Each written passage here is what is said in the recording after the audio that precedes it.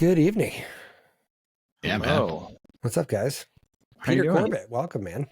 Yeah, It's so thank good you to for be here. coming Thanks on, for man. having me. Thanks for having me. I love it. For anyone not watching this, I just want to harken back to a 30 second ago conversation. This is like my dream come true. You have an adult fort, and I love it. Essentially. I mean, kudos for this insistence. I don't know what precipitated this, but this looks like a lot of fun. It is. I got bored sitting around boardroom tables, and I do so much group facilitation. Might as well do it in a tea tent in a commercial space in Brooklyn. Yeah, I mean, honestly, You know, that kind of makes sense in Brooklyn. Not even the weirdest thing I've heard about Brooklyn. Today. Yeah. We keep our My clothes grandfather on. was in Brooklyn. It was a little bit different. It was Italian fully gangs and clothed. shit. But Right. It's funny because the first time I went to Brooklyn was in college. Actually, one of my friends from college is like third generation plumbing, whatever out there. And his dad's got like 3 guns on him. Right. And I was like, where the fuck are we? They're like, that's Brooklyn. Don't worry. It's, know, and it was Bed-Stuy. Now I think there's like 8 Starbucks and, apparently a tea tent. I heard the Clintons had a house in Bed-Stuy. Yeah. So anyway, hey man, thanks for coming on. It's awesome to spend a Thursday with you, buddy. Yeah, my pleasure. Thanks for having me. Yeah. So listen, these conversations just kind of go. So, you and I were just one talking question, about Matt. Yeah, one question we asked. you and I were talking about a little bit about part of your journey, anyway. So just how did you get here? Like, kind of where you're at? Yeah. God, so many ways that I got here. I'll give you the quick elevator. I grew up as a programmer in the 90s, a designer in my teens, and went to business school. And that combination led to somehow starting an ad agency, essentially a digital agency that I grew to be like 100 full-time employees with another 100-something contractors, and sold that to a public company. Retired at 36. Decided I would not operate again. I may still, you know how entrepreneurship is. You always have an itch to build something, and have dedicated my life to being in service in whatever way, shape, or form, which in this time includes being an executive coach, but also having trained in hospice and doing a whole bunch of other things. So that's how I got here. So where do we start, split, man? Right there. Hospice. You go from like executive coach to, and also hospice. Yeah. By the way, I knit Afghans. Like, I mean, it just feels can't do that. I can't do that. He's more of a crochet man. Yeah. I mean, this kind of goes all over the place a little bit here, man. Yeah. But so what was the I'm going to call it a break. What was the break from, like, let's say the regular world to get into this space? Well, I grew up without really much money. And so once I made it, I was like, well, what's this life about? And the only real answer that felt right was to be in service to others in some way, shape, or form. And so I needed additional training. For example, I mentioned hospice. And it turns out in that context, CEO skills are completely irrelevant. Like, grandma doesn't need a CEO at the bedside. No. And it was amazing to, like, I have all this capability that I've built up over the years, and now it's useless. Right. You know, but that's kind of amazing to start over. Because, honestly, I feel like I'm at a crossroad, but I've been grinding for 25 years and I don't want to leave what I do. But at the same time, that's the fear, right? Well, what else am I good at? I didn't look at it I didn't look at what else am I good at. I looked at what are the skills that I might like to acquire. And the hospice part, because I know all of my friends and family are going to die. So I'd like to be able to show up for them. So getting trained in that was essential. And now I do. And that feels right. And before, I think I was more avoidant of going to the hospital, for example, or making that phone call. And now I'm like, I'm the one who goes. I'm there for you. Yeah. You know what, though? There's a guy I know who we don't really understand the circumstance, but he no longer works, right? And he's got a beautiful home. Bitcoin. Yeah, right. Yeah. Bitcoin. He bought it at 0.0001. Yeah. It's definitely something like that. But he's younger than I am, so he's like mid to early 40s. And it's amazing what this dude gets done in a day. I mean, he he does a ton of volunteer work. He helps every kid thing. He's got younger kids, so every possible thing he could, volunteer for, and I look at it, I'm like, that's kind of an interesting observation, because basically when you remove the need for money, which he clearly has done that, what else are humans actually good at? Fuck you. Forget about you and me and us, like us as a group. Like, what are people, the species humans good at? And it's dealing with other humans. It is. It's that, and also creating just for creation's sake. That's what this tent is. There's no economic model to this. This is effectively an art project that you sit in. Well, yeah, it's kind of funny, because what's the expression? A hat on a hat. Yeah. You're already in a building, dude. But it's like, honestly, I kind of fucking love it. I'm gonna be honest. It's amazing. That's why I brought it up. Who wouldn't spend time playing in a tent if you... And you want to know something, other weird observation about money, Peter? Like, somebody said, what's your number? You've been asked this question before, right? Like, and I said, honestly, it's kind of an unsolvable problem. It's like a 3-body problem. I'm like, I can't solve this. You know what I mean? And they're like, why? Just pick, what number would make you comfortable? I'm like, it's not about the money that I care. It's about what the money enables me to do. Yep. And that's not buy a Ferrari, or, you know what I mean? Like, maybe it's buy a Ferrari, but it's probably not. But it's probably, if I did buy a Ferrari, it would be because of something esoteric. It wouldn't be because I wanted to go fast on the street. I live in Baltimore. I can't get that thing out of first. You bottom out one block away. No, but like, you know what? Like, I had a little bit of I bought a camera years ago, and I didn't want to, but I had extra money, and I was like, I'm going to buy this camera. And like, to this day, I don't remember how much the camera cost me. I remember freaking out because I'd never spent that much money on anything ever in my life. And I've gotten more joy out of photography since that camera came, because it enabled me to do something that, I couldn't do. I had a point and shoot digital elf before that. You know what I mean? Like, that's hardly a camera. Yeah. So how do you answer the question? I don't know. I'm going to need a $10,000 camera. Like, what I think you're speaking to, rather than like, what's your number and how do you pick it or what have you, essentially is, can I get myself into a situation where I can make choices out of joy and service rather than out of fear? Absolutely. Yeah. So for some people, that's like a really, really big number. For others, it's income stream, right? Correct. They calibrate their expenses. So they're like, I just want to make joyful choices, like buy the $5,000 camera and not worry about it. Exactly. So and it's not buying a Ferrari just to buy a Ferrari and acquire a new thing. That would give me very little joy, to be honest. I can buy a Ferrari. That's not a problem. But I don't. I'd rather have a 10. What's the point? I'd rather have a 10. Yeah. Well, honestly, it goes back to... We're simpatico there. I went to Vegas and I drove a Lamborghini, my dream for my whole life. And it was awesome. It was like a very exhilarating 7 minutes driving 150 miles an hour around a track. That's amazing. But like, I'm like, how much does this car cost? Like, I'm like, what? I'm like, this 7 minutes was probably the most exciting I would have, even if I owned this car. Like, there and would probably get bored with it after month 3. Very quickly. Yeah. Right. And I'm like, again, how much does this fucking thing cost? Like, so, and Tom and I talk about this all the time about the health side of it, man.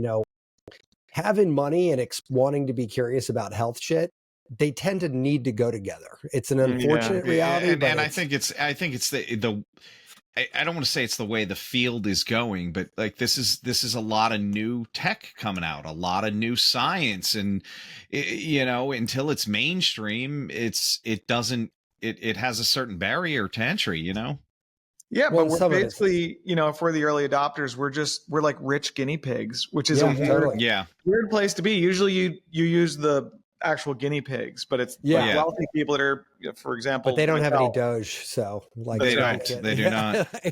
So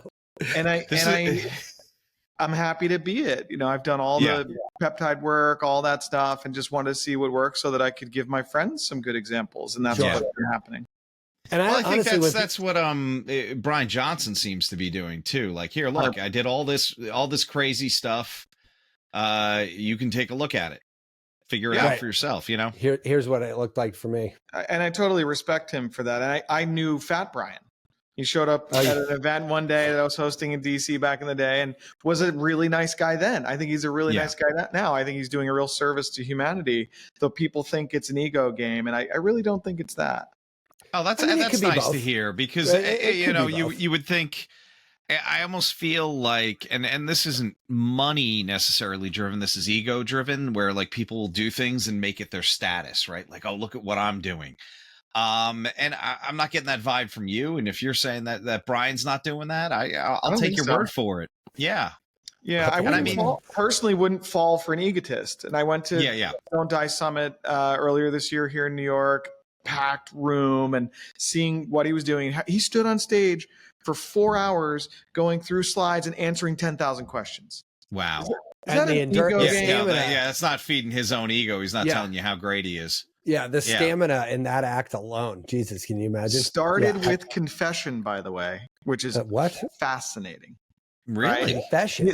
He has a Mormon background. I have a Catholic background. I'm a Zen Buddhist now, so that doesn't apply anymore. So people line up at the mic and confess the shit that they eat and what they do. And some people come like, I ate half a chocolate cake last night. Like, she's just like letting it out that we do this to our bodies, right? And so the format is so interesting in front of 2,000 people. Very cool.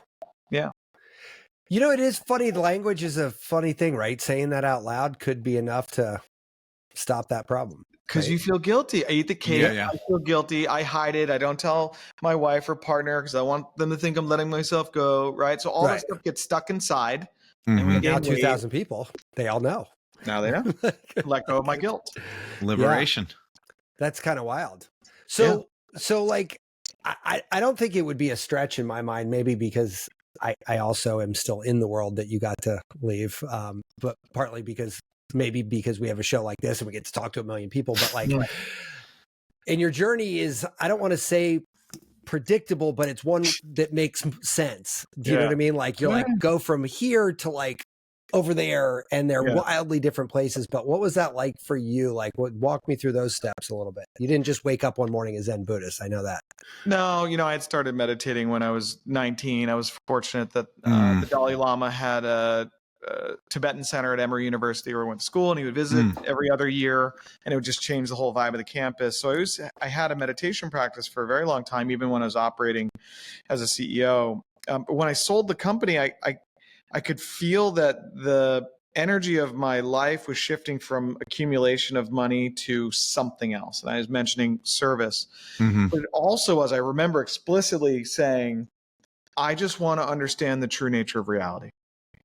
I just want to understand the true nature of reality. And for some reason, I got drawn to Zen. So I'm very much a Zen Buddhist. That's my practice. My teachers are in that lineage. And that's the closest thing that I can find to showing me the true nature of things. So I think I got primed with sitting meditation in the Tibetan tradition early on. I was fortunate enough to satisfy the financial thing, so the rest of my energy could go towards essentially this kind of exploration of service and what the nature of consciousness is. Yeah, and that's a tough question to answer if you're cranking 13-hour days. I have a feeling that's what Matt and I are trying to do with this show. And like you too, we still haven't found what we're looking for. Journey. But even the switch from Tibetan Buddhism to Zen Buddhism is a I mean, it all sounds Buddhism to the outside world, but like very different, very different. Some people maybe as close as this call. Like there's a lot more deities in Tibetan Buddhism. To me, Tibetan Buddhism was like, actually, I was raised Catholic, so it was like a lot of like Catholicism. It really is. Ornate and adorned and complicated. And then is like the design within reach. Brass tacks. Like just modern furniture of Buddhism. Just very it's like Catholics to Quakers, Methodist light. Quakers, exactly. Quakers is perfect. You go in the room, just benches, sit down. You got something to say, stand up, but we're gonna be quiet now.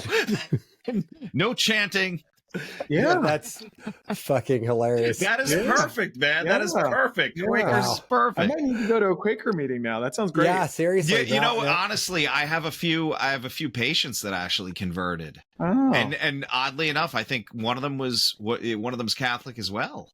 Wait, and it converted to being Quakers? Yeah, but I mean, it's not like a ceremony. It's not like you ask the Pope to kick you out and then you got to like join. They're just like, they show up to a meeting. Oh, that's it. Yeah. Okay. Yeah, they call it a meeting room. It's not even a church. Meeting of friends. Yeah, exactly. Oh, interesting. Okay. Yeah. On a very stark bench. Matt did not know we were going to go deep into religion. Listen, you know what? I went to Catholic school. I don't even know what this show is about. We don't either. School. Yeah, we don't either. Yeah. No, I went to Catholic school K through 12, dude. Religion ended on my graduation day. Wow. Like it was nothing enough. will ruin a religious person like structured religion. So yeah. And then the worst thing that happens, Peter, I did the worst thing for a religion. I went to art school twice. Yeah, that if there was a tiny ember left, it was doused by bong water. Like that's how that went down. I believe that. Yeah, it was not it didn't survive. Yeah. Strong enough pull, what? Strong enough pull, you could definitely see Jesus. Yeah, I don't bitch about Catholics, but I just don't understand them anymore. And I'm like, okay, like we're not going to have a conversation about this. Like I'm getting upset that, and I shouldn't say upset, but this country has a new type of Christianity. And I'm like, dude, you're making the Catholics look like so sane. Sweetheart. So sane. Like the Catholics are like, dude, look, we've been hiding the priests, but you guys, you guys are celebrating them. Yeah. It's a lot happening. Yeah. There's a lot going on out there. Yeah. Meanwhile, churches too, we have two churches within 200 yards of my house that are both for sale because they're bankrupt. Wow. Yeah. So it's weird days. Actually, there was a whole, Peter, I'm sure you've gone down the AI rabbit hole. Tom, 17 minutes. There you go. 17 minutes. Well, I was literally thinking, I'm wondering what magic clips the AI is going to pull from this episode and what they're going to call it. Because the other day when we had the woman on and you were talking about mozzarella, because that's relevant to health. Sure. It was like the cult of the Brooklyn Deli or something. Oh, it's so funny. It's what they named it. Peter, it was Fiore's in Hoboken. The legendary. Fiore's in Hoboken. The legendary. The mozzarella. Legendary. That's what it was. It the legendary mozzarella. Next level. Yeah, you don't even know.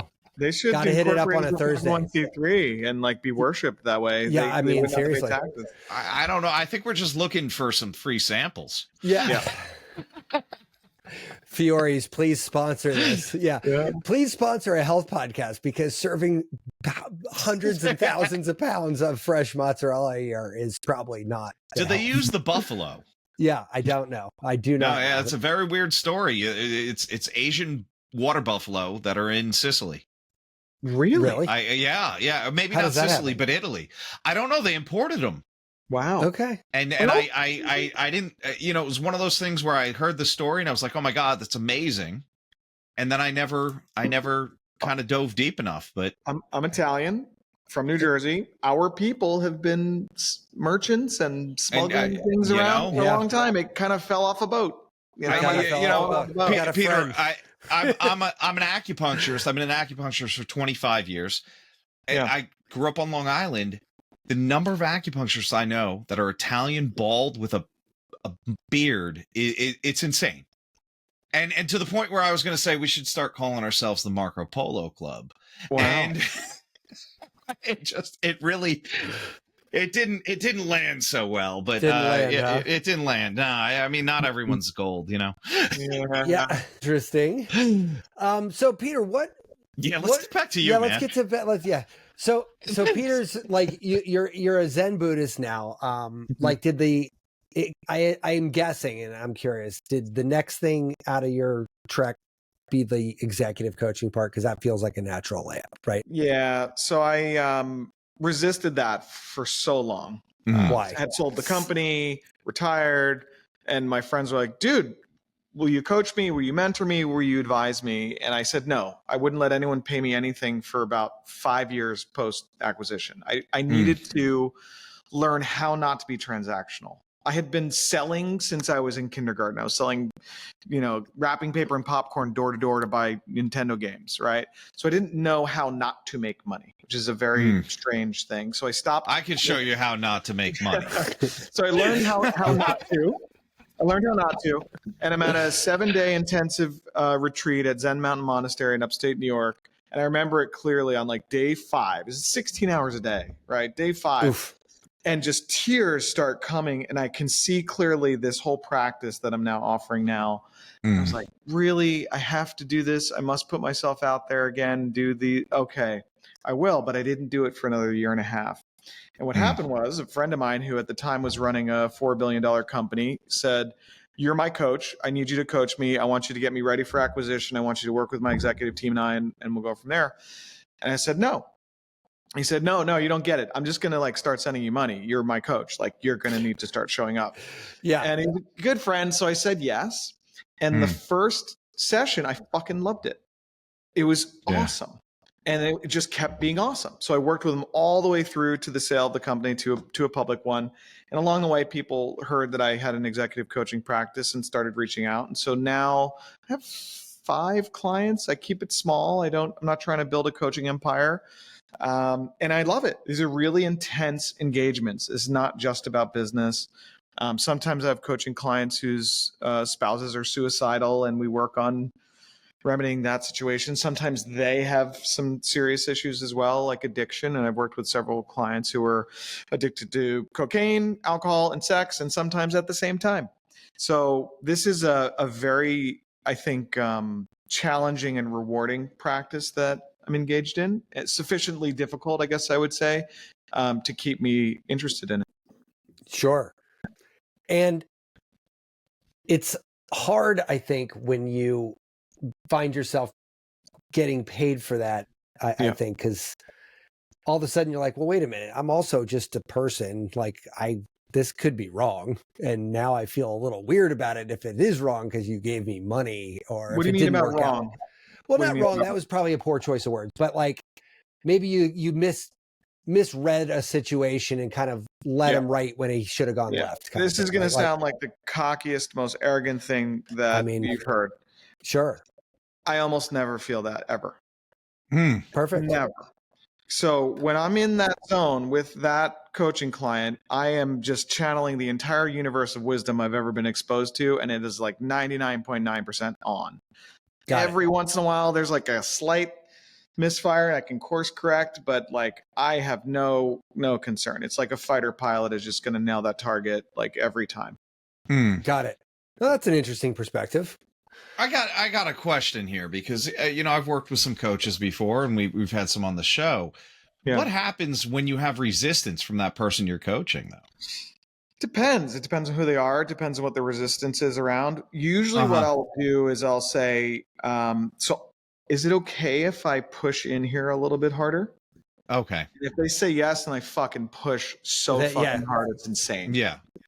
So I'll give you a very simple example. There was someone that was clearly they weren't having kind of the breakthrough in what they needed. And I said, so I'm going to push a little harder. And I get up, I walk across the room, and on the whiteboard, I write, "You are dying." Do you get it? You're dying. This is someone who is very overweight. Was like, oh yeah, but I'll go to the gym a little bit more. I was like, they're now on medication for their, blood pressure, whatever. Yeah. Pre-diabetic. And I said, no, you don't fucking get it. If you got it, you'd be crying. So you don't fucking get it. So what I want you to do is go home and tell your wife, honey, I'm dying. Not only that, I'm accelerating it with every donut that I eat. And if she doesn't cry and then you don't cry, you still don't fucking get it. This guy has lost 150, maybe 170 pounds since then. Business is going up and to the right. So I'll ask with permission and then I'll just go for the jugular. Just hammer in. Tony Robbins says it's like looking for that leverage point. And I never really thought of it that way. I just kind of intuitively. But it's just, That makes sense. I mean, but honestly, what's funny about this? We'll pay a coach an exorbitant amount of money to call us fat, and we'll listen to him. But we won't listen to my wife, my business partner, my kids. I won't listen to my priest. Your scale. My scale. Your belt. My fucking doctor. Yeah, like I won't listen to fucking anyone. But for some reason, signing over all this money to somebody else, we want to get a return. Yeah, we want to get a return for it. Yeah. Yeah. So when you're paying me, you're like, shit, I'm paying this guy a lot of money. Like, I better get something out of it. I better change. Right. That's part of why it works. Sure.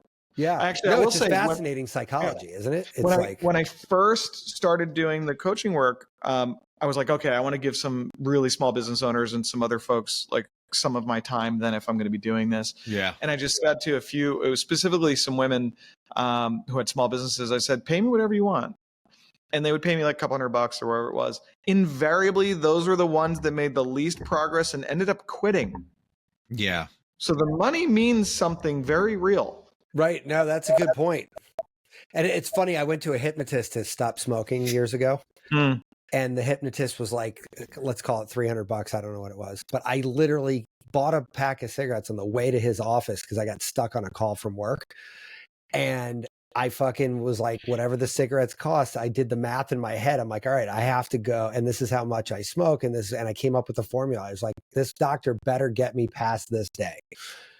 And it was a weird calculation, but I didn't smoke again. So you quantified it. Yeah. Yeah. Right. It was like, because by the time that passed, that was like several, like, but what's working in you in that moment is you don't want to be a schlub. Totally. Yeah. You don't want to be the one that wasted $300 on some woo-woo hypnotist. Sure. So you prove to yourself you're not an idiot by stopping smoking. And by the way, that's like 6 months of cigarettes at the time, right? Like, so it was like, at the time. Now that's like a month. Now that's like 2 weeks for some people. Yeah, it's fucking crazy. You want to split a carton? I was in New York actually a couple months ago, and a guy I was with bought a pack. I was like, "Really? You still smoke?" He's like, "Yeah, it's crazy." And it was like $28. I think it's like, 20, 30. Like, I was like, "Holy fucking shit! Are you serious? Like, what the fuck?" Yeah. And like, you got to find a cheaper way to kill yourself, man. Really. I mean, god damn, that's a lot of money. Fuck. And these people are still smoking. That's a funny thing. It didn't slow anyone down. He still smokes a pack a day. I'm like, dude, you're spending $30 a day on fucking cigarettes. Wow. Like, Jesus. What the actual fuck? Yeah. Wow. I mean, that's like, I mean, I think cocaine's cheaper. Well, honestly, cocaine might be less addictive. Right. Yeah. Nicotine's a hell of a drug, man. Oh yeah. So this tent thing and the tea and everything and the meditation and whatnot, like, do you have a separation of these sort of more spiritual sort of practices, or is this like just built into this executive all in one situation? Kind of thing? Yeah, that's a good question.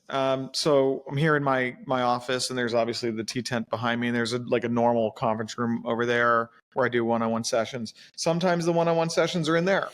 And when a client comes in, if they've never been here before, I'll say, like, we can meet in there or we can meet over here. I have one client, well, I have developed somewhat of like a specialization with PE and VC partners. So this PE guy comes in, typical PE guy. You can just imagine what they look like. Suit, they're looking at spreadsheets all day. No, like, let's just call it no spiritual inclination necessarily. And he just starts kind of like looking in. And I was like, do you want to go in? And he's like, And he's like, okay, yeah, I'll go in. Goes in. We sit down. We start talking. And he goes, hold on. I need this. Yeah. Like, what exactly do you mean? He's like, what part? Like this. No, I need this. Like this, actually this. And we're just opening another 20,000 square foot office space. And I want something like this in there because we got to stop meeting at boardroom tables. We need more creativity. And I was like, okay, yeah, do it. Yeah. So you just never know. I got a guy. Clearly. I know a tent guy. I got a tent guy.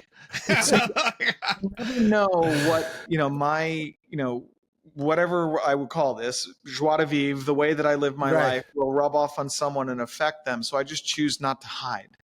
Yeah. Authentic expression of self. Yeah. I could hide. I think it would be a disservice. to me and everybody else. Yeah. I think there's a lot to that. I think sometimes, you just need to be the person doing the thing, because then somebody else is like, oh, you can do that? I mean, I've heard that you could do that. I didn't actually think you could do it, but now that you're doing it, like, well, let's talk about health. So I posted this Medium post, the $30,000 health reboot, right? Which was I spent 30 grand over the past year and a half doing a reboot for myself. And I've never posted a topless photo of myself on the internet before this. So I did the before and after, and it's a little vulnerable for me, but I knew that if I did it, a bunch of my friends, I'm 45, those in their mid 40s would be like, shit, like Peter can do it. Like I can do something like this. I'll tell you, dozens of friends have been like, I've been doing this because you posted that. I did this, I'm doing this. I'm feeling great. I did the full body scan. They found something. They didn't find something. So I view it as like my life should be somewhat of a just testament to what's possible, and let other people take from it what they may. Yeah. Did you have an issue? I was curious, because like, did you have an issue that spurred that, or were you just curious and said, fuck it, I'm going to go? No, it was psychological. Okay. So I said to my now ex-wife, I think I'll just stay soft forever. I'm a fucking performance exec coach who's crushed it in life, right? Yeah. And I say, I think I'll just stay soft forever. She goes, feels a little off-brand. That doesn't sound like you. And I was like, who the fuck is saying that? Yeah. And I kind of figured it out, which is just like an old traumatized version of myself from my childhood. And I was like, fuck that guy. I'm going to go crush it now. And I lost 60 pounds. I've got a 6-pack for the first time since I was in my 20s. Like, yeah, it was a psychological hindrance. Sure. I feel like that Medium post is how we connected. As soon as you said that, I'm like, and there's the question we were asking before we record. Like Matt and I were going like, I know we invited him on. I know it took a little time to get him on the books, but where? And then fuck, you mentioned the Medium post, and there it was. Yeah. And honestly, Peter, I couldn't be happier that I run a health podcast, because now it gives me sort of a reason or an excuse. Yeah. And I didn't need an excuse, but it certainly makes for a better reason to do something weird. You know what I mean? Like, and I know that sounds idiotic, but but I did this metabolic reset. Tom's going to smirk when I say it, because I've mentioned it about 10 million times. We've had those guys on the show twice, but like, I was like, I'm totally healthy. There's not a problem with me whatsoever. And they're like, do this. I'm like, it's like 8 weeks. I'm like, fuck, 8 weeks. Are you serious? Yeah. Was this like NAD, NMN, NR? No, none of that. No, absolutely none of that. That's the funny part. They got a little weirded out when I picked apart. They're different. They basically layered a few different diets, and in a very sophisticated way. I'm not trying to take it away from them at all. But they even pulled from Dr. Simeon from the 1950s, the HCG diet, and some of the techniques from there. Now, they weren't giving them HCG. It wasn't a low-calorie diet. But they did some really savvy stuff with, like, I don't want you to get a histamine response to the protein. I don't want you to get that. And I'm like, oh, that's good. That's good. And, they're using short-chain fatty acids, right? It wasn't medium chain triglycerides. It was short chain triglycerides.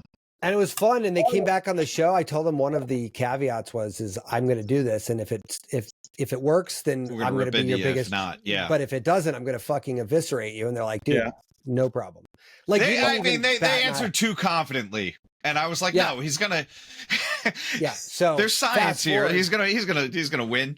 Yeah. Fast forward, I lost 26 pounds in 5 weeks. I've kept it off. Yeah, it was wacky. That wasn't even the most impressive part. It was like my subcutaneous fat dropped by like 17%, and my visceral fat dropped by like almost 20%. Yeah, I'm down 20% body fat at this point. I'm at 11. Yeah, that's so great. like I got on there, I got to 16. I have raised up a little bit on that. I started actually working. I did a 90-day weightlifting thing, which actually I think fucked with my my at-home scale. Doesn't measure apparently, and I didn't know this. Water in your muscles can read as visceral fat, and it was a whole thing. Let me just tell you this one thing for muscle gain. No one's gonna ever have told you this before. Yeah. I was Lay on having me. trouble gaining muscle through the course of this fat cut, as most people would. I went to Burning Man. That I makes spent sense for 23 you. days in a trailer building a camp for 300 people, which is something that I do. I gained 10 pounds of muscle and lost 4% body fat last month. Wow. So you're saying So go you're, to you're Burning saying Man? build a camp in the Go to desert. Burning Man. It is CrossFit in the desert. Yeah. And it's fun. Yeah, and it's fun. Yeah. Yeah. It is on my list. I feel like I've missed the Burning Man train though. I feel like that ship might have sailed. No, you can go. You're good. Yeah, I'm allowed in. They're gonna let me in. Yeah, okay. There's grandpas in there. You're not a grandpa yet, right? No, God, no. At least not that I know of. Yeah, You're gonna be all right. yeah. So you go through this experience, like, I mean, I just from my own, it's kind of invigorating, isn't it? It gets you really kind of pumped up, doesn't it? I feel like I feel energetically probably 30.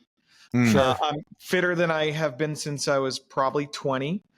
And the amount of energy that I have on any given day is off the charts, and I already had so much. Right. So just today, I didn't think I was going to start another company, but today I sat down for like 6 hours straight, laser focused, and I was like, oh my God, I have a really big idea here. Maybe I'll do it. Cool. And I was like, and wait, I'm 45 and I'm probably going to be cranking until I'm 85 at this rate. So I got 40 years. Let's build another company. Yeah. Why not? Right. But a year ago, I mean, that is like, a weird thing to. I don't have the energy for it. Like, I don't, So now I feel like I have the energy for it. Well, it's funny, and we've talked about this on the show. Matt is Wilford Brimley's age when Wilford Brimley was in Cocoon. Yeah. And it's like, what happened? Like the Golden Girls started in their late 40s. They started and you're crazy. Like, what, in one generation? Yeah. I had patients. I used to treat their dog. I haven't seen them in forever. They came in. The guy goes, look, I'm getting this going on, but I'm 81. And I'm like, how the hell are you 81 and doing so much better than some of my 50-year-olds? Yeah. Yeah. I don't know what it was. Was it lead in the paint? Was it? I don't know. I don't know. It is, though. It might be the 4-minute mile thing where we just didn't realize.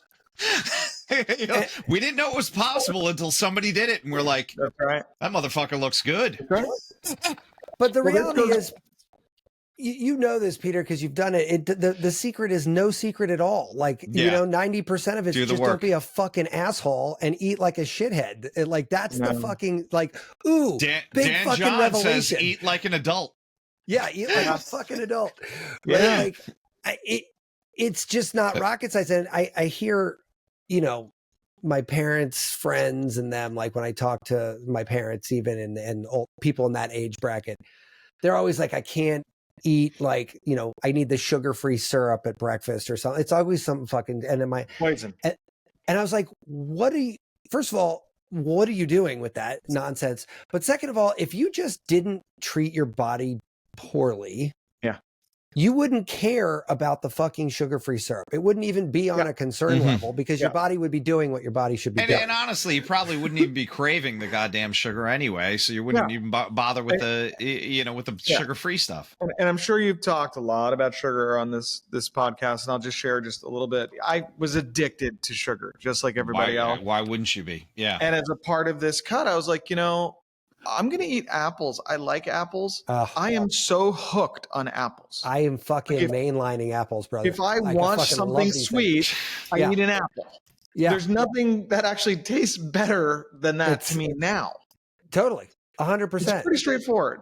My wife's like, if I had known you, if I was known your Apple budget was going to skyrocket our shopping bill, I was like, yeah, I don't know what it is, but apples were on that list, and I fucking haven't eaten an apple in 20 years, and all of a sudden I can't stop eating them. Yeah, they're really fucking good. It's funny. I'm laughing that you said that because I'm like, oh, that's really funny. The second you started talking about apples, I'm like, Matt's going to talk about apples. It's time. Yeah, it's time. Matt is going to talk about apples. Dude, I got so crazy that I went to the grocery store, and there might have been weed involved, maybe, and I'm at the grocery store and I look over and I'm like, there is like fucking 20 kinds of apples here. And I I like to pretend, just like everybody else, that I know what everything at the grocery store actually is, and I don't have any idea what it is. So I was like, you know what I'm going to do? I'm going to buy one of every apple. And I did. I bought like 12, 13 apples, right? I didn't buy Granny Smith. We all know what those taste like. I bought everything else. That's a good idea. Gala, Fuji. What did the cashier do? I got to punch in every one of these effing numbers individually. No, I did, because it was self-checkout. I had to go through buy every Did you buy any of the conventional ones? The like mass I was grown at non-organic Sprouts, which is like an organic a quasi. Yeah, they got Sprouts in New York. Yeah, right. So I had a Fuji, I had a Gala, I had a Cosmic Crisp. I had, there was like all the Pink all Lady. The, Pink Lady was in there. Yeah. No, it's weird. This is the knockoff Pink Lady and Lemon. Nice seltzer. Well, the reason I asked about the conventional, I live here in New York. I went to a bodega a couple days ago and I bought 2 of these apples that clearly look like conventional, non-organic apples. And I took it home and I ate it and I was so disappointed. Like I really now can actually taste like what an apple tastes like versus whatever the fuck that was. Yeah, whatever that thing was. Yeah, Sprouts, these were probably at least 50% organic. The other half, it was probably not. Yeah, you don't know. Yeah. But I cut them all up. I did a blind taste test, roped in 3 reluctant family members into this equation. And they were like, are you fucking kidding me? Ended up being like so much fun. We had, I love that. like, we got into like argue. What are you talking about? That was the best one. This is clearly the best one. Tell us what the top was. I need Everybody, to know. funny enough, we all had a different profile. And it was so funny because they were like kind of in line with our personalities, right? Like, yeah, like I like the really tart, energetic ones. My son liked the more chilled out ones, so it was funny. We all had different flavor personalities, if you will. But we were all like, who the fuck knows what 8 different apples taste like? Yeah. Like, and so like, that's something I never would have done. Apple like, had it not been. That's like a very hipster thing. That's very Brooklyn. That is. That's like the new version of the pickle guy. That's right. Right. But there was this guy who literally saved so many varieties of apples. Like there's one dude that literally brought back a ton of apples from near extinction in this country. And he was, I did not know that part. One guy, I don't know if he's still alive, but he literally resurrected, it was Red Delicious and Granny Smith, and that was pretty much it. And occasionally he got a Macintosh. You know what I definitely realized from this apple thing? Red Delicious are the worst apples. Like, they are the worst apples. They're like cardboard with a little sweetener on it. Yeah, it's like the craft foods of Apple. Yeah, it's not good, man. Honey Crisp for me all day. I could eat a bushel of those fucking things. Pink Lady. Down them. Pink Ladies are great. Pink Ladies are good. But I want to know, like, why was I getting Pete, you want to come on our show and talk about Pink Ladies for 45 minutes? Yes. I mean, listen, I don't know. But you know what, Peter? The problem with you is you got too many cool fucking things that you're doing that it's like hard to pick one thing. You know what I mean? Like, I'm like, you're a lot of fun with the health, huh? Why don't I tease something that's, health is such a broad word, but I'm going to tease this concept that I'm working on that may turn into a company, like a big company. Lay it out. If you feel comfortable, man. Yeah, I'm happy to. So I call it Atlas. And that's because we generally have to hold everything up for ourselves, right? Us as high performers, as entrepreneurs, we're holding up the company, the revenue, the family, our own mental health, our physical health, our own personal development, our spiritual development, all that stuff. We're just like this, right? Yeah. And when we're not at our best, we're going to get crushed. And especially when we're not at our best, we're still the coordinator of all of that. And so the origin of this idea is that we need a coordinator at the center of our lives as high performers. And so I see that so much as an executive coach. And sometimes I'm like serving that way. And I'm like, I really need to expand this and give people an offering so that they literally can have all of that body, mind, heart, spirit thing held in one place as a service offering by incredible teams of practitioners that are coordinated by that center person. So I'm getting close to actually having our first customer to demo it with, but that's what I'm working on. I think what it will do is enhance all of the health aspects of the individual, so that the mental health, the physical health, and on and on. So yeah, that's my tease. That's my instigation for this call. That's a pretty good idea. You know what I love about that is it so many people, like, the difference between success and failure in a lot of things is losing track of those details, like whatever those details are. It could be a little bit of this, it could be a little of that. I mean, having somebody sort of own that is great, because like, I know I'm busy as fuck, and if I didn't have an assistant and AI tools that I've built myself and fucking reminders and fucking post-it notes that are still the most effective fucking motivator for me ever, I'd never get anything fucking done. Not a single thing. I have to have 97 processes in place to do that, though. Yeah. And what about if you're really stressed out and you know for some reason like you should be doing breath work because you did it that one time and it was really good? Well, how do you go find the right person?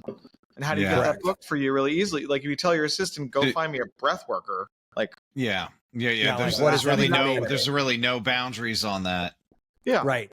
Versus someone who knows the nuance. And you're saying you're talking about having a vetted team that, and that makes a big difference. A great care coordinator at the center, and then vetted practitioners across all modalities, including plugging into Concierge Medical. Right, this wouldn't replace that, but that coordinator knows about all the medical.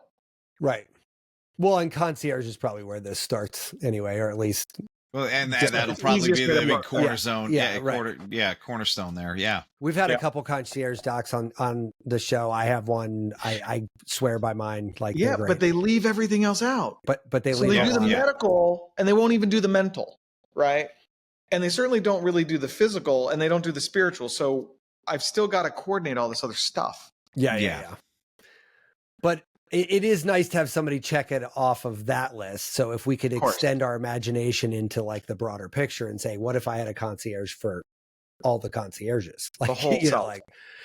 Exactly. No, that's a great idea. I love that. I like it even better if I could open up my iPhone and open up an app that tells me what the next step is. Like that's even sexier, you know? Yeah. Well, I can even see the onboarding being so goddamn alluring and thorough. You're like, look, okay, we're taking you here, we're taking you there, hey, do you have somebody to talk to? Okay, what are your spiritual beliefs? What do you want? What do you vibe with? And then how do we lean in on that? And what do you actually need to do that you're not doing? I mean, that's the intake is so massive, but in a way that no one's ever asked, because even concierge medicine, like you said, they're going to look at your blood work. They'll probably do a much deeper dive than anybody else and add some functional elements. But like, look, if you still want to be a devout Catholic, how do we get you good at that? I'm glad you talked about the intake, because I've thought a lot about it. I actually think it's a really long conversation. It has to be. You feed it into AI and you build the whole protocol based on that. But the interview feels great. Yeah. It doesn't feel like when you're filling out those stupid fucking forms when you do an intake on a medical professional. That's the worst. Look, man, I'll tell you, even I've got a long ass one for my intake, right? No one's ever asked me that. Well, okay, that's a cornerstone to Chinese medicine. It gives us another look inside. Right. So if you start asking them things about family relationships, if you start asking them what's the best time for energy for you, those conversations, you leave them open-ended enough, but they're conversations. It's not a quick, I like 2 in the afternoon. It's like, why? Oh my God, I just feel really creative at this time. Yeah. And you know what I love about the AI revolution is that people are all bitching about like what it's going to take away from us. I don't think there's nearly enough people talking about what it could bring to us, right? Like so much freedom there too. And I just am super excited about that, because you could dump in. I mean, Tom and I had someone on the show that Tom's working with right now. We're going to probably work with him a little bit closer, but Daniel Tolson, I mean, you read a 90-second script, right? You could read the phone book. It doesn't matter. As long as he hears you talking for 90 seconds, it is a jaw-droppingly accurate chakra reading. Like it is. And depending on how he slices it. So it's not even just chakras, enneagrams, We're putting together one in my clinic based off of some Chinese medicine principles. And then, we're screwing around, and I go, like, we'd like to do one for Irreverent Health. How about live longer, fuck harder, right? Just threw that motto out there. And he goes, do you know if a guy calls and he does this audio and he doesn't have F and F sharp in his voice, he might have erectile dysfunction. Oh it's my fucking God. nuts, Peter. It is crazy. After we had him on the show, I said, look, you got me. He's got an off the shelf product that's super affordable. I said, I'll buy that. He goes, you buy that. I'll read your full report for you. So he books a half an hour, 2 hours on the phone with him. He's going, yeah, it's just because I'm asking questions. He goes, do you want to see what it's like if somebody's at suicide risk? Oh, yeah. Boy. And he can tell that in their chakras. He can tell, hey, look. And it's super fucking irritatingly accurate. Dead on. Yeah. Wow. Yeah. Dead on. And, oh, my God. It's wild. But that's weird. The thing. Like, that it is an AI product that helps him do this, right? And like what I do, I mean, almost everything we're doing right now is AI, everything. So like I'm balls deep in AI every single day of my life. And every day I feel like I just discovered fire. Like, it's like, it literally daily. I'm like, that's now the best thing I've ever done in my entire life. Oh, nope. Tomorrow. Nope. So I'm going to share a little vulnerably on here. And this is about mental health. So I just went through a divorce. Nicole and I were together for 12 years. This started in May. It got it wrapped up before Burning Man. It was very fast. I would have to say that besides my therapist and parents, ChatGPT was the most important tool for me to process and understand what was going on. But in fact, I would put my parents first, then ChatGPT, and then my therapist. Yeah, it's a big issue, big thing now. No, really? Yeah, no, it's massive. It's one of the, I think depending on who you ask, it is the one or top 5 silos of AI that's exploding the fastest. Yeah. And there's so many ways that I used it to be supportive to my mental health during that period. There's one very funny and interesting one that I hope you guys will appreciate. I'm assuming you know who David Goggins is. Yes. Yeah. Yes. So in the mornings, that was usually when I would be crying and dealing with the grief and sadness most heavily. And then I would open up ChatGPT and I'd say, give me a pep talk like motherfucking David Goggins. and it would. And it would just like, that's yes, hilarious. All right, I'm ready to go. Yeah, ready I'm going. Yeah. Yeah, and that is why there's actually a story I just read. Tom, I think you and I might have talked about this. It was recently, like maybe a week or two ago, but like kids were going around high school with an AirPod in one ear, and literally listening to and talking to ChatGPT all day long. Yeah. Like as a part of their coping mechanism for just the day. Wow. That's Sam a shame Altman, on some level, but at the other, like it's great that it at least exists, you know? Well, Sam Altman got found out about that and got on and was like, don't do that. Do not do that. Definitely don't do that. Please don't do that. Did I tell you not to? I mean, he felt very uncomfortable that this was like a thing. Yeah. I think unlike Zuck, when he was in the hot seat, when Facebook was starting to the cracks were starting to show in Facebook, like no one really understood like the depth of potential risk in that equation. Yeah. They do now. So now any tech CEO, if Zuck was reinventing Facebook now, it would be a whole different ball of wax. So much more addictive. we keep inventing the actual devices that are written about in sci-fi. So in Ender's Game, I don't know if you guys read Ender's Game. Movie. There was Jane, which was in the ear. This was called the Ansible, I think it was called, that contained all of human knowledge. Yeah. And would just talk into his ear. So here it is. My AirPod and ChatGPT on my iPhone. There it is. The Ansible's arrived.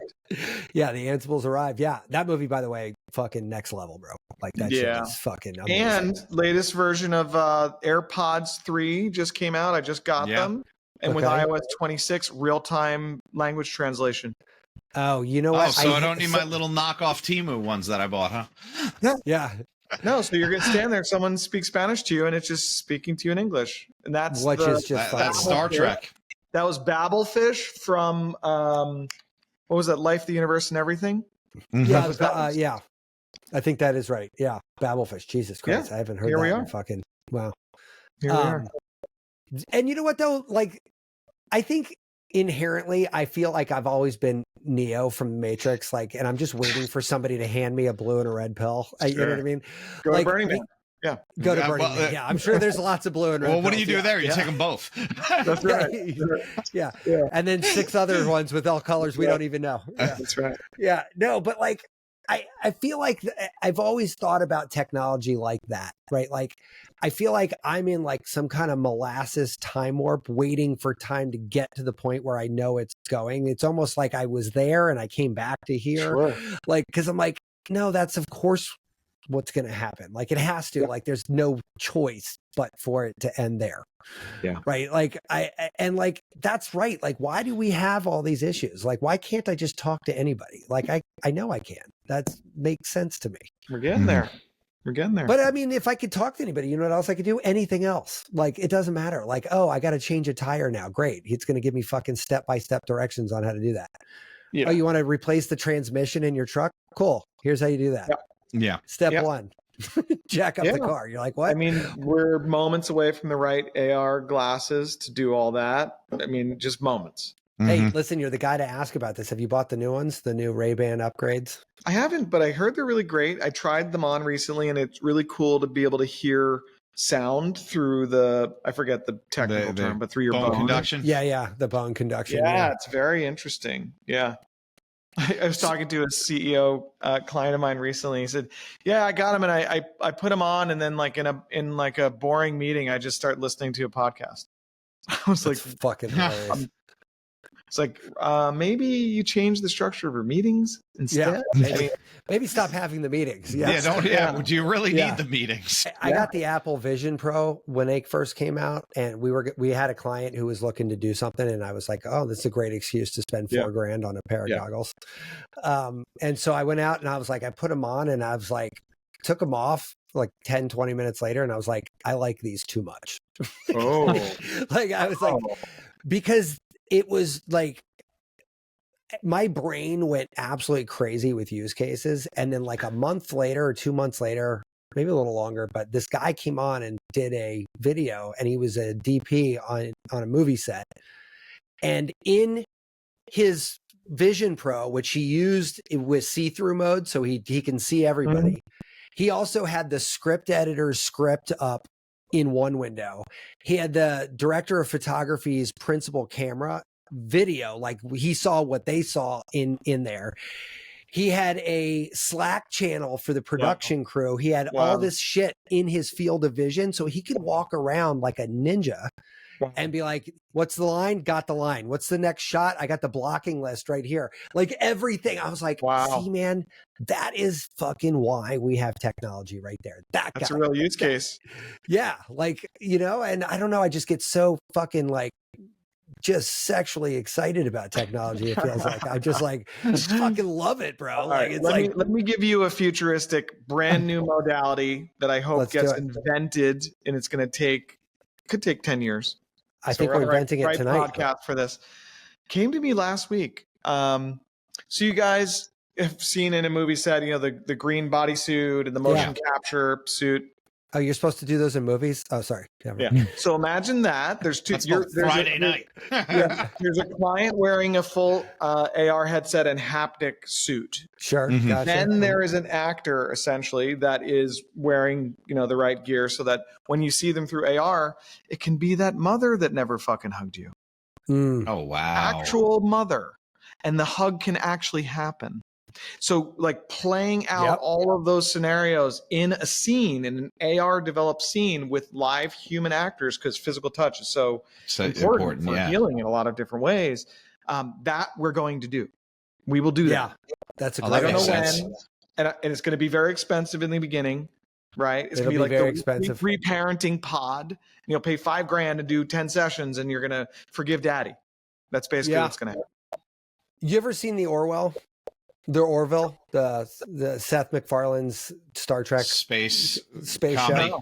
No. So you know Seth MacFarlane, right? Like Family Guy, all that. Yeah, right. Yeah. So he has a Star Trek show called The Orville, which is fucking amazing. By the way, one of my favorite shows ever. Like it's just so good. But they have a room that's just like what you're talking about. It's like a VR room, but it's like they've mastered the technology. So it's like you're in the meadow, you're in the whatever, you're on the glacier, whatever. I could easily see that being a thing to your idea, right? You walk into this little controlled space that somehow feels like not that way. And like they had it in the show and I'm like, this is science fiction, but like there's bathrooms in China that you can pee in and get a health report back. Like, I'm like, how far away are we from that thing? You don't even need the suit, right? You just walk in and you're in. Like, as soon as Theranos is done, we'll have all those instant reports, you know. Yeah. We'll have the instant lab on a stick, right? Yeah. Lab on a stick. Lab on a stick.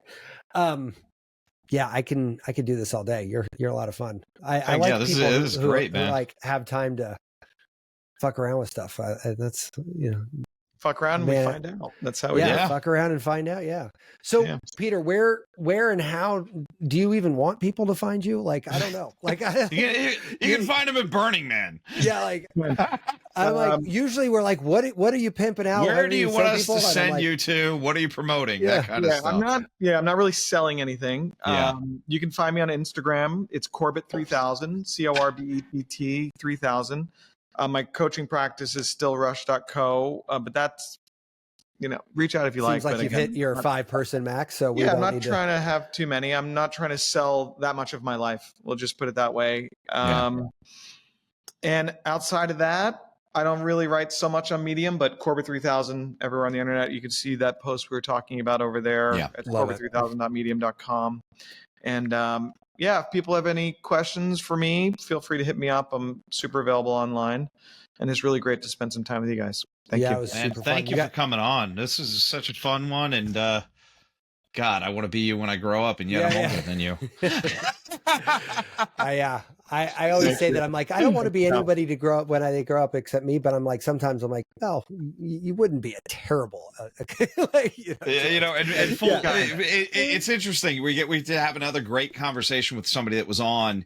He's in Thailand, so this is like his wake up call. But literally, when he hopped on, at one point, I'm like, dude, where were you at career day?